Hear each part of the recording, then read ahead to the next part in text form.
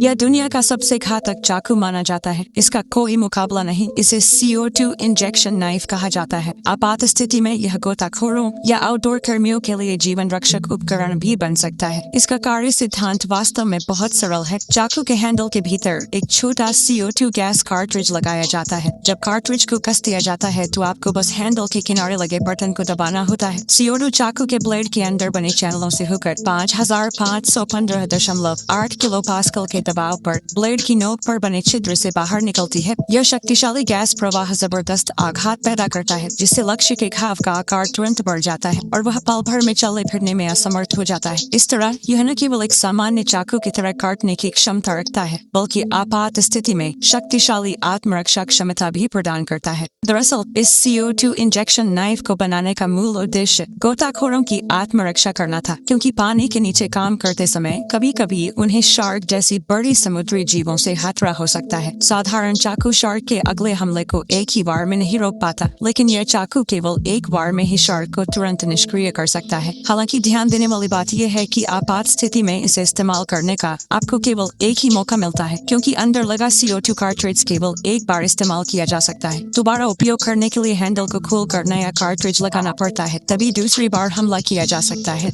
अगर कोई कीड़ा इसके सामने आ जाए तो उसका बचना लगभग नामुमकिन है। हम बात कर रहे हैं वीनस फ्लाई ट्रैप की। यह पौधा खुद हिलडुल नहीं सकता, लेकिन शिकार को फंसाने की पूरी कला जानता है, यानी शिकार को खुद पास बुलाना। सबसे पहले एक मक्खी को इसके ऊपर रखते हैं। पलक झपकते ही वीनस फ्लाई ट्रैप उसे जोर से जकड़ लेता है। अब अगर मक्खी की जगह काफी बड़े आकार का ब्रिंग रखा जाए तो नतीजा वही रहता है। ब्रिंग भी पूरी तरह फंस जाता है और बिल्कुल हिल नहीं पाता। अब बारी आती है खोल वाले कुंगे की। वह भी नहीं बच पाता। वीनस फ्लाई ट्रैप उसे भी मजबूती से पकड़ लेता है, यहाँ तक कि छोटा मेंढक भी इस पौधे की पकड़ से नहीं बच पाता। असल में वीनस फ्लाई ट्रैप अपनी पत्तियों के अंदर एक मीठी खुशबू वाला रस निकलता है, जो कीड़ों को आकर्षित करता है। जैसे ही कोई कीड़ा पत्तियों पर मौजूद दो संवेदनशील कांटों को छूता है, पत्तियां तुरंत बंद हो जाती हैं। इसके बाद पत्तियों की अंदरूनी सतह प्रोटीन को तोड़ने वाले एंजाइम से भरा पाचन द्रव छोड़ती है। करीब 2 हफ्तों में शिकार पूरी तरह टूटकर ऐसे तत्वों में बदल जाता है जिन्हें पौधा अपने पोषण के रूप में ले लेता है। हैरानी की बात यह है कि अगर आप इसके ऊपर एक सुई भी रख दें तो वीनस फ्लाई ट्रैप बिना सोचे उसे भी बंद कर लेता है, चाहे इससे वह खुद ही क्यों न घायल हो जाए। लेकिन सवाल यह है, अगर इंसान की उंगली वीनस फ्लाई ट्रैप में डाल दी जाए तो क्या होगा? विदेश में एक युवक ने यही प्रयोग किया। उसने अपनी उंगली वीनस फ्लाई ट्रैप के अंदर रखी और टेप से बांधकर कई दिनों तक इंतजार किया। नतीजा, उंगली पर सिर्फ हल्की सी लालिमा आई। इसके अलावा कोई नुकसान नहीं हुआ। इसका मतलब साफ है, वीनस फ्लाई ट्रैप इंसानों के लिए लगभग बेनुकसान है।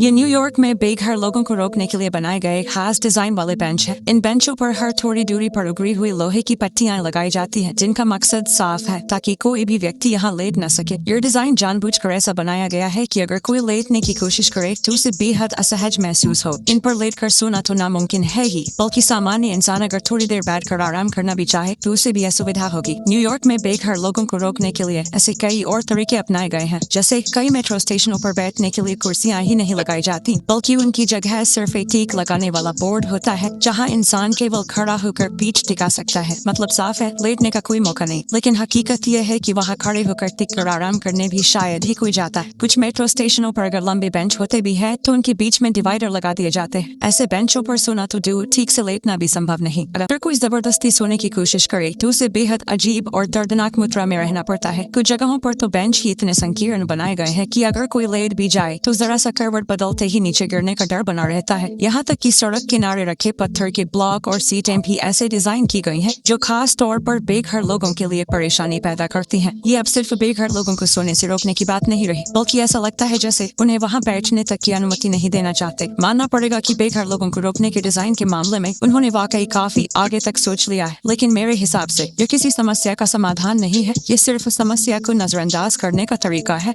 क्या इंसान सच में जानवरों को हरा सकता है? ये लड़का स्क्रीन पर दिख रहे जानवरों से रफ्तार की टक्कर ले रहा है। सबसे पहले मैदान में आता है चीता। रेस शुरू होते ही लड़का अभी ठीक से दौड़ा भी नहीं होता कि चीता पलक झपकते ही गायब हो जाता है। दूसरे नंबर पर आता है दरियाई घोड़ा। दिखने में भारी और सुस्त लगने वाला ये जानवर भी आसानी से लड़के को पीछे छोड़ देता है। किस्मत से आखिरी राउंड में सिस्टम उसके सामने रखता है एक मुर्गी। लोग सोचते हैं अब तो जीत पक्की है, लेकिन हैरानी की बात यह है कि सिर्फ 19 किलोमीटर प्रति घंटा की रफ्तार रखने वाली मुर्गी भी आराम से लड़के को हरा बढ़ा देती है। अब कोई कह सकता है कि रफ्तार में इंसान कमजोर है, तो चलिए ताकत की तुलना कर लेते हैं। यहाँ 3 ताकतवर आदमी पूरी जान लगाकर रस्साकशी कर रहे हैं और सामने है सिर्फ एक शेरनी। शेरनी मोटी रस्सी को दांतों से पकड़ती है और उसे जरा भी परेशानी नहीं होती। कुछ देर में तीनों आदमी थक कर हार मान लेते हैं और ये तो सिर्फ शेरनी थी। अब जानते हैं कि नर शेरों से कहीं ज्यादा ताकतवर होता है। अब मुकाबले में उतारे गए 6 इंसान और सामने एक नर शेर। शेर रस्सी पर बंधे मांस को दांतों से पकड़ लेता है। उसकी जबरदस्त जबड़े की ताकत साफ दिखती है। चाहों आदमी पूरी ताकत लगा देते हैं, तब जाकर कहीं जाकर मुकाबला बराबरी का लगता है। दोनों तरफ से आधे घंटे तक खींचतान चलती रहती है और आखिर में नतीजा निकलता है ड्रॉ। लेकिन सबसे ज्यादा हैरानी मुझे तब हुई जब यही मुकाबला बाघ के साथ हुआ। कई ताकतवर इंसान मिलकर भी बाघ को हरा नहीं पाए। सोचिए, ये वही लोग हैं जो इंसानी समाज में ताकत की पहचान माने जाते हैं, लेकिन सब मिलकर भी एक बाघ से नहीं जीत पाए।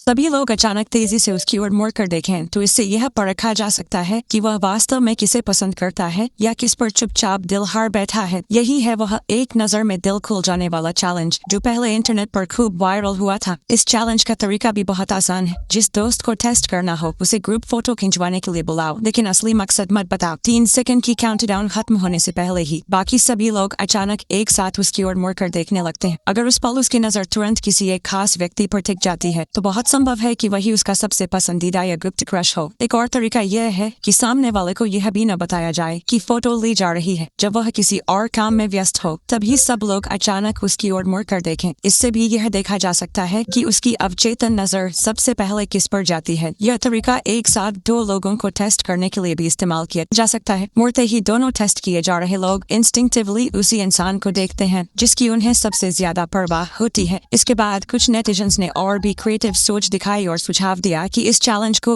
एक नजर में समान लिंग को देखना वाले रूप में भी बदला जा सकता है। वैसे सामान्य हालात में अगर समान लिंग को 2 सेकंड से ज्यादा गौर करना देखा जाए तो कोई खास बात नहीं होती। और सबसे दिलचस्प बात, कुछ कल्पनाशील लोगों ने इसी तरीके से बिल्लियों को भी टेस्ट किया। बीच में खड़ी वो लड़की सफेद बिल्ली की मालकिन थी। जैसे ही सबने एक साथ पीछे मुड़कर देखा, उस सफेद बिल्ली की प्रतिक्रिया बिल्कुल इंसानों जैसी थी। यहाँ तक कि दूसरी बार जगह बदलकर टेस्ट करने पर भी बिल्ली की पहली नजर फिर उसी की मालकिन पर गई।